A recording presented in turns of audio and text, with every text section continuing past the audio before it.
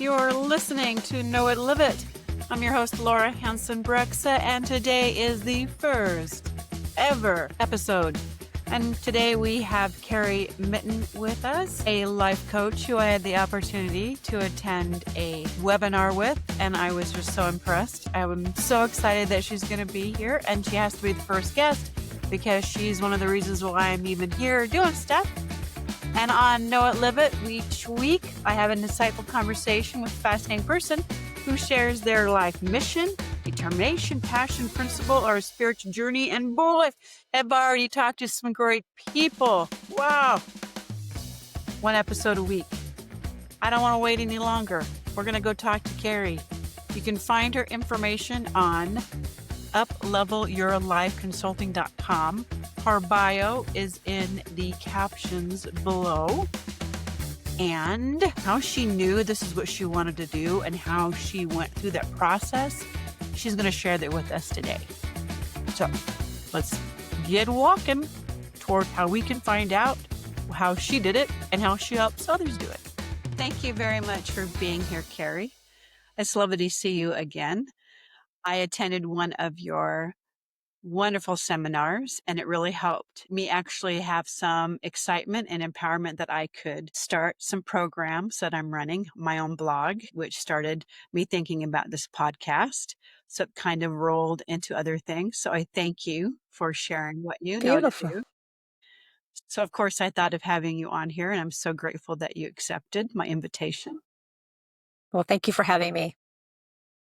Why I asked you to be on this show is because you help other people live their best lives. And I want to know what tools and principles you live every day that you teach other people to live. Tell me about those. Oh, great question, Laura. Well, first and foremost, one of the principles that I live by is gratitude. I believe that there's a seed of good in everything. And that if we can find gratitude in all things and for all things, it puts us in a frequency of abundance, which is truly everybody is looking. I shouldn't say everyone. That's what I want to live, is a life of abundance. So gratitude does that for me. So that's the first principle. The second principle is being a person of increase. I believe that we're in this world to leave a legacy of some sort, to leave an impact of some sort. And to be a person of increase is to leave the experience, the environment, or the person better than when you found them. And so every time that I'm with someone or every time I'm in an environment, I want to leave it better than when I found it or found that person, right? I don't want people to walk away from me and feel worse. And so being a person of increase is the second principle that I live by daily. And the third principle is living by a vision. I believe that when we have a vision for a life that we would love to live, that is our guidepost, our guiding our North Star, our guiding light. And it's really, I believe, the echo of the calling on our life. When we have a vision of, I would love my health to be this way. I would love my relationships to be this way. I would love my income to be this way, right?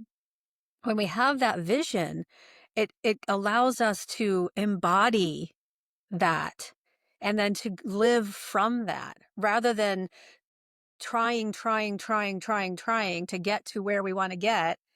Now we can just embody what it is and we attract who we are. So when we put ourselves in the frequency of the vision that we are holding, then we have the opportunity to attract things that are in alignment and on that frequency. So I live by gratitude, by being a person of increase, and by living a vision every day. I'm picturing in my mind a mess, and then you're finding a seed of good, and then you're turning that into abundance. It's not an automatic thing. You really do have to look because life's messy and it has turmoil and difficulties. I really like that Absolutely. idea. Sometimes they're like mustard seeds. Absolutely. Yeah. I mean, You gotta put some effort.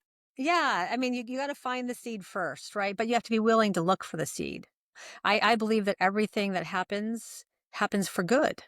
I don't believe that things happen for bad. I mean, I know in this world that we label them as bad, but really it's neutral until we label it, until we emotionalize it. And so I believe that everything that happens happens for us and with us, not to us. And so we can look for that seed of good. We find that seed of good. Even, I have a client that I work with that, she lost her son at 18 years old. I mean, in the land of, you know, Hell, level of fact, that's bad. But we can find the seed of good in there. And we've been working with, that's how I've been working with her to find the seed of good. And she has. And now she mourns the loss of her son, but she recognizes that he was here for a very specific reason. Right. And she found the seed of good, and now she can live her life with that feeling. So it's very important. The other thing too is Napoleon Hill, who wrote the book Think and Grow Rich, which is one of the most popular books ever published. He said in the book, every heartache, every failure, every adversity carries with it the seed of equal or greater value, meaning that it's not just some adversity, it's not just some heartache, it's every adversity, every heartache has the seed of equal or greater good. And so we get to find that seed, plant that seed, nurture that seed, and finally harvest that seed. something to sit and think about. Absolutely. Yeah. It's a deep spiritual muscle to grow there for sure. Definitely effort. I just really love that. And it can't, you're going to have to do it daily to get the practice. Absolutely. It's Absolutely. not, And gratitude helps. Gratitude helps, right? I mean, it's hard to, it can be a challenge to be grateful for losing a son at 18, right? But when you start your day with gratitude, then everything changes for you. You see the abundance in the world. You see abundance in life. You see the meaning and the purpose behind life, right? And so, yeah, so it's a really important skill set to learn is gratitude. so the impact of having a grateful heart and seeing the grateful heart is you're going to enjoy life more. It makes your Absolutely. vision clearer. Absolutely. So every day Absolutely. is more enjoyable. Tell me about the positivity that comes from gratitude. Tell me Yeah, more well, about let, that let me tell connection. you let me tell you a story of a client that I had a couple years ago. It was a gentleman. I don't normally work with men, but every once in a while I do. This guy, he would constantly say to me, "Well, that was a crappy day." And I said to him, "Okay, well, how do you start your day?" Because I believe that how you start your day defines your day. And he said, "Well, I wake up in the morning and I get dressed and I go to work." I said, "Okay, let's back up for a minute. You get up to an alarm, right?" "Yes," he says. "Yes." I said, "Okay, how many times do you push the alarm button, the snooze button before you actually get up?" Right? "Oh, 4 or 5 times." And then when you get out of bed, you're crabby because you've hit the snooze button because you feel like you didn't get enough sleep. Most people wake up in the morning and think to themselves, "Wow, I wish that night would have lasted longer." Instead, why don't you try this? I told him, that moment right before your eyes open, when you're laying in bed and you know you're getting ready to wake up, go to gratitude. Mm. Thank you, your higher power, whether it be God, universe, divine, and whatever it is. Thank you, higher power, for this brand new baby day, not ever even lived before. Thank you for the breath of life that I was given today, because not everybody was. Thank you that I get to bring my very best to this day. And I told him, I said, try this for 7 days. And he came back a week later and he said, "I cannot believe I've had the best days." And I'm like, "Really? What changed?" And he said, "Well, I did." And I said, "Well, how did you change?" He said, "Well, I started my day with gratitude." He said, "I put myself on the frequency of gratitude, and gratitude is on the frequency of abundance, and everything in my life changed. I saw more abundance in my life. I saw more joy. I saw more harmony, more alignment. I was putting myself on a frequency of success, and things started to appear and out of the blue," he would say. And I said, "No, it's not out of the blue. It's because you're in alignment with abundance." And so gratitude, yes, puts us in the frequency and in the flow of abundance. We attract who we are, not what we want. I can say it all day long. I want $1 million. I want a skinny size 4 body, or I want, the love of my life. We can say that all we want. But if we're not actually being the person who can manage $1 million in income, who can, who is taking care of their health to lose the weight and be a size whatever, loving ourselves first before we can give it to other people, we're not going to attract that into our life. So we get to be that person first in order to have the things that we would love to have. The world has it backwards, right? It's really, it's the world thinks if we have the things, then I can act differently and I'll be happy, right? But in reality, I get to be happy, then I'll act the way that a happy person acts, and then I'll have the things that I would love. So it's be, do, have, not have, do, be. So, when did you develop such a love for people that you wanted to help them this much? Great question. When I was 17 years old, and I've always had a passion for people. I don't know what it was. I've always had a little bit of a spiritual nature. I remember when I was about 12 years old, I was at my grandparents' lake house, and I can remember sitting on the end of the dock and just talking to God and just saying, I love my life and I'm so happy and all of these things, even though I didn't have a great childhood. And I can remember just loving being around people, my friends and all that stuff. And when I was 17, we're talking to my dad about going to college. And my dad said, well, what do you want to do with your degree, or what do you want to study?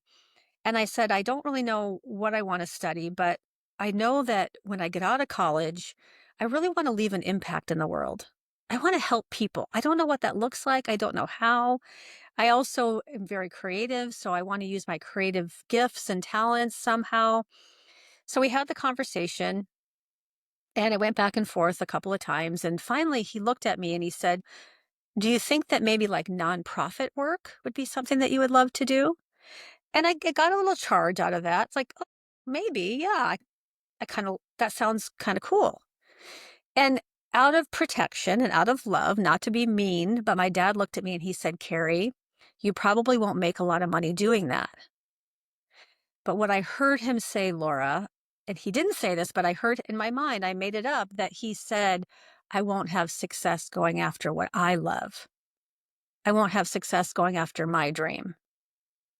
And so I sought out, I went to college. I did what he thought I should do. I listened to the opinion and approval of him, telling me I should go into sales and marketing because I had a face for sales or something like that, right? And I did, and that's what I did. And so when I got into the corporate world, all I knew was to ask for the opinion and approval of other people. So I continued to do that. And on the outside, I had success, but on the inside, I was dying because I wasn't going after my dream, right? And so I had a pivotal point in my career where I realized that if I don't go after it, I was dying inside. And if I don't go after what it is that I would love, which at this point was so muted that I'm going to live my life not on purpose and not fulfilled. So it's kind of like I share with my clients, it's kind of like unlived life is like a beach ball, holding it underwater. A beach ball doesn't like to be held underwater. Yeah, exactly. It'll explode out, right? And so that's kind of what happened. That's really what happened with me. Was finally it just exploded, and I was ready to go back, figure this out.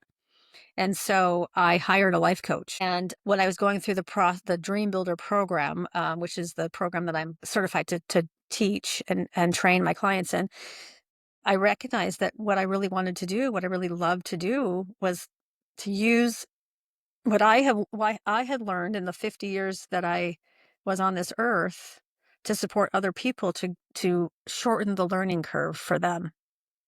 That they didn't have to go through some of the things that I'd gone through to get to live their life that they would absolutely love, right? And so that's what I'm very passionate about, right? Is helping people see that there's more to life than just going through the motion, listening to the opinion and approval of other people, not going after your own dream. It's an unlived life when you don't. So I hope that answers your question. It's a It does. long-winded, No, long-winded answer. it's all good. How you've talked a little bit about you had a detour Mm-hmm. and you came back a little maybe hungrier than you might have had you had it from the beginning. Let's find Mm-hmm. that seed in your Mm-hmm. detour, right? That's right. Right. Right. And you went to a particular training, which you're now certified in. Mhm. Is that how you developed the tools? Or you must have had, as a creative, your own Karrie take on and built your own system to come up with these tools. So how did Well, you do that? here's the thing is the tools, life's tools are not something that I just developed. It's kind of like the laws of the universe, right? Like we don't wake up in the morning and hope that the law of gravity works, right? It Kind of just count on that. Yeah. does, right? It just does. The law of electricity, when we flip the switch on, we don't just hope that the law of electricity works. It just does. We don't need to know exactly how it works. We just are in alignment with it, right? And so the program that I feel like I was very intuitive my whole life that I knew that I was put on this earth for something more. I knew that I had a spiritual side to my nature that I just didn't know how to unleash it. I didn't know how to recognize it. I knew something was there. And so when I was going through the program, it started to uncover really my true authentic self, who I really am, right? And coming back to, I had to unbecome in order to become, right? I had to let go of the corporate Karrie that I was kind of molded into, right? It does actually, and that's a new twist on Barbie. um as I was going through the program, I was listening to my mentors and my coaches tell me about these tools and these laws and these things and it at first it wasn't registering with me. Like I couldn't quite understand. My logical brain was going, okay, but this doesn't make sense and I feel like I've done this my whole life and blah blah blah blah, right? And then I had a coach who said to me, "You know, Karrie, when you flip the switch and you want the light to go on and it doesn't go on, it's just because there's a circuit issue. It doesn't mean that it's not right. It just means that there's somewhere along the line, there's a break in the circuit." And he said, maybe because you're not getting it or you're thinking you're not getting it, it's just a circuitry issue, right? So anyhow, back to the question. I haven't invented anything, right? Um, as far as these tools and laws are concerned. I just got in alignment with them. And I love the universal laws and tools and principles. I just love the way I was taught to deliver them in a way that is easy to understand, um, in a way that is empowering to support other people to really, honestly, Laura, press the easy button, right? When you learn to live in the way of the universe and the way of God and the way of your higher power, life gets so much easier, right? And so our humanness, typically we tend to make things hard by our choices, decisions that we make. But if we just learn to be in alignment with how the world works and how the circuitry works, we don't have to know all of the things, but we just get to be with it. Then life is so much easier, so much more aliveness, so much more worth living, right? And so to answer your question, I have written my own programs. I have my own things, but it's all based on the universal laws and principles that have been around since the dawn of man. Even Bible talks about these laws, right? So I just find my own way to deliver it.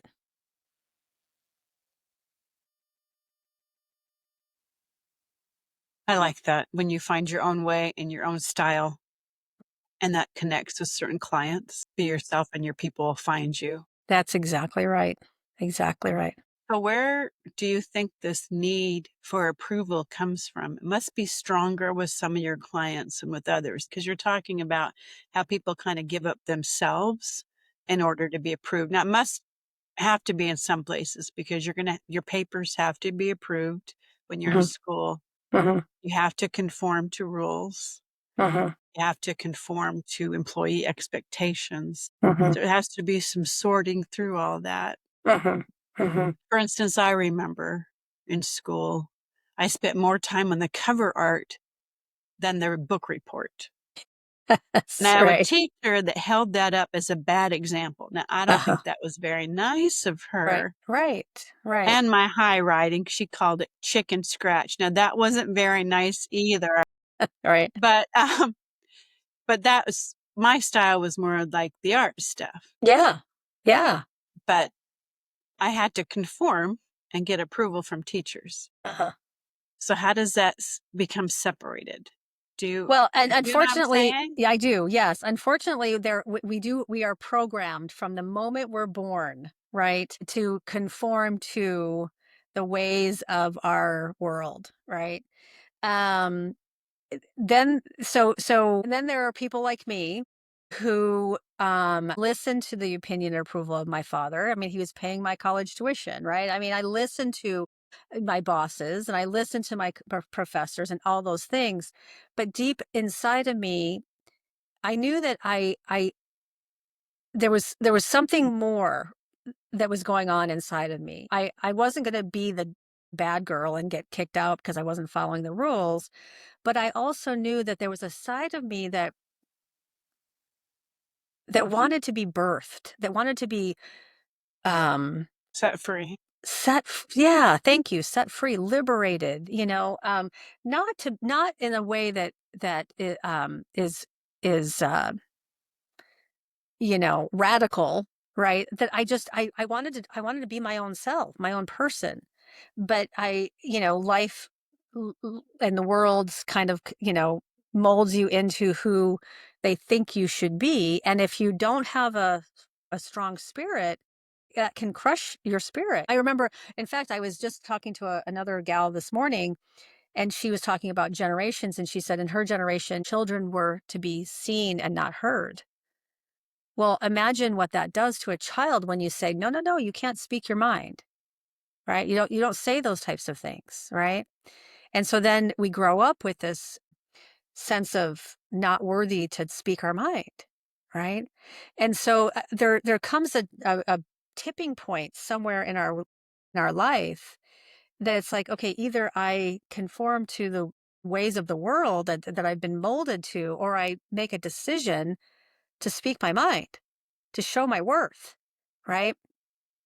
And some people continue to stay in their space, and some people decide, like myself, to express myself in a way that feels good to me and for the highest good of all, right? Like I'm not expressing myself to be radical. I'm expressing myself to be authentic, Mm. to stand in a place of love, right? To show people that I can, you and I can be a light in a dark world, right? That you and I can we can have completely opposite bipolar ideas or belief systems or whatever, but we can still be in harmony. We can still be Absolutely. in love. We can still love one another, right? And so everything that I do, Laura, I mean, everything that I do, I ask myself, what would love do here? Right? Would love buck the system and get in trouble and get kicked out of school? No. Would love be a radical political, you know, crazy whatever? No. Right? I don't care what you believe. I don't care what your politics are. Just do it with love, right? I mean, it's true what they say, love makes the world go round, right? But also I think if people really listened more to their heart and what ask that question, what would love do here, in a true, authentic way, the world would be a much better place to live in, for sure. It would, especially if Yeah, what would love do, how would love treat myself, right? absolutely. It starts here. It starts here. Yeah. So if love casteth out all fear, and if God Hmm. does not give us a power, love, there's 2 Timothy. I have it memorized. God does not give us a spirit of fear, but of love and of a sound mind. Hmm. What I'm imagining that fear is one of the biggest blocks to people making this switch. And it's a slow growth. I don't imagine people just flip in your Right. work. Right. Am I right that fear is a block to people, or am I off? You are 1,000% correct. But the challenge is, fear is not to be feared. Fear is to be revered. Because what fear does is it shows us that we're on the edge of the reality that we've known. Right? It shows us that it just doesn't mean that we can't. It just means that we haven't done it yet. Okay. You're So going in the right direction when you start to be afraid. yes, absolutely. Absolutely. Yeah. So I always tell my clients, put fear on the passenger seat, because when you're on the road to greatness, you're going to have some fear, right? You're going to face some fear. So you might as well befriend it. Bring it along with you. Tell it, I'm the driver. Yes, I know you're there, but I'm going to do it anyway. Right? We're going to do this thing together. Let's go. Right? Buckle in. Buckle in, sweetheart. We're in for a bumpy ride. Yeah. I mean, it's fear will always be a companion, always. So we just get to befriend it. Yeah. Fear keeps people stuck. It keeps people not moving forward. It keeps people from a lot of different things. But if they recognize what fear really is, it's not a roadblock. It's not an obstacle. It's actually an opportunity for growth. Yeah. Is there anything before we end that you would like to share with us, or make sure that we know about you, about your practice, about things that you say to your clients? Gosh, there's so much that I could share, and we could spend hours, and I would love to do that. But I know we have a time limit. So the one thing I want to leave your listeners with is this, and I love the quote by Mark Twain, who said, "There's the two most important dates in your life. The first is the day you were born, and the second is the day you find out why." Right? It's important that, we're not put on this earth just to take up air. We're put on this earth for a very specific reason. And so you get to ask the question, what is my purpose? Why am I here? And you start listening and, raising your awareness and your consciousness to synchronicities. What are the things that you love to do in your life? What makes you come alive? Those types of things are all leading you to your purpose.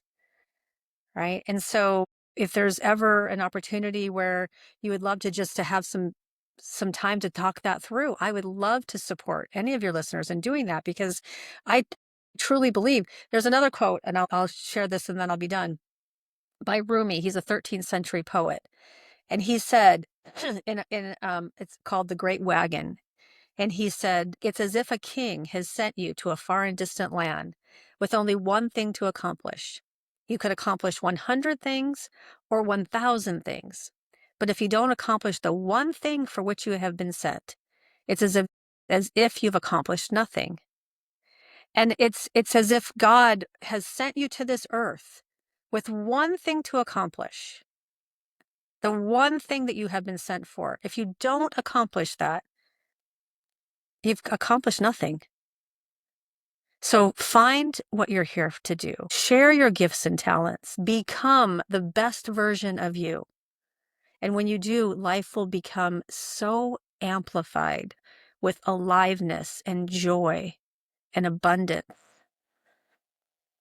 And you just get to lean into it. I spoke too soon. I have another question. Okay. How do you find that one thing? Great question. Great question. Well,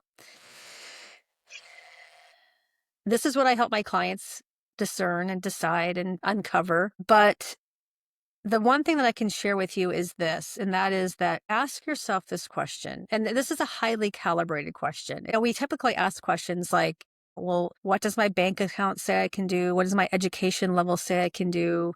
What do other people say I can do? Ask yourself the question, what would I love? What would I love? Right? What would I love is a highly calibrated question, and it takes you more even to the spiritual side of your nature, right? Not, well, what do I think I can do? It's what would I love? It opens up the realm of imagination, of possibility, of opportunity.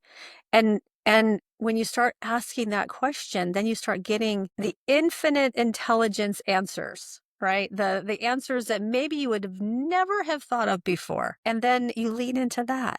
You start there. Ask the question, what would I love? What I love. I mean, I would love to support people. I would love to, as a 17-year-old, right? I would love to, leave a legacy. I'd love to use my creative gifts and talents. And for 25 plus years, that went stagnant because I listened to the opinion and approval of other people. So there's where I would start, asking yourself that question.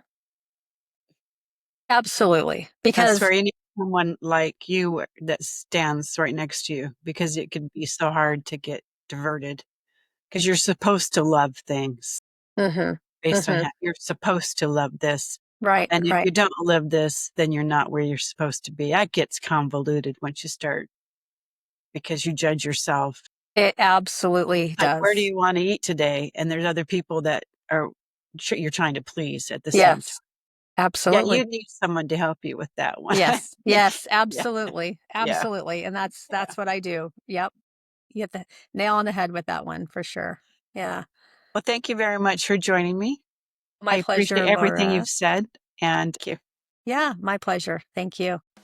Thanks for joining me on Know It, Live It. I'm your host, Laura Hanson-Brexa. I've sure learned quite a few things from Karrie Mitten, and I'm glad she carried through with what she knew she should do. You can find her website at uplevelyourlifeconsulting.com. Make sure you visit knowitliveit.net for the latest scoops, recaps, and more. Remember to subscribe to this podcast so you'll never miss an episode with fascinating people who live what they know. And since this is the very first episode, whoa, we got lots in store. Thank you very much, and we'll be back with a new episode every Tuesday.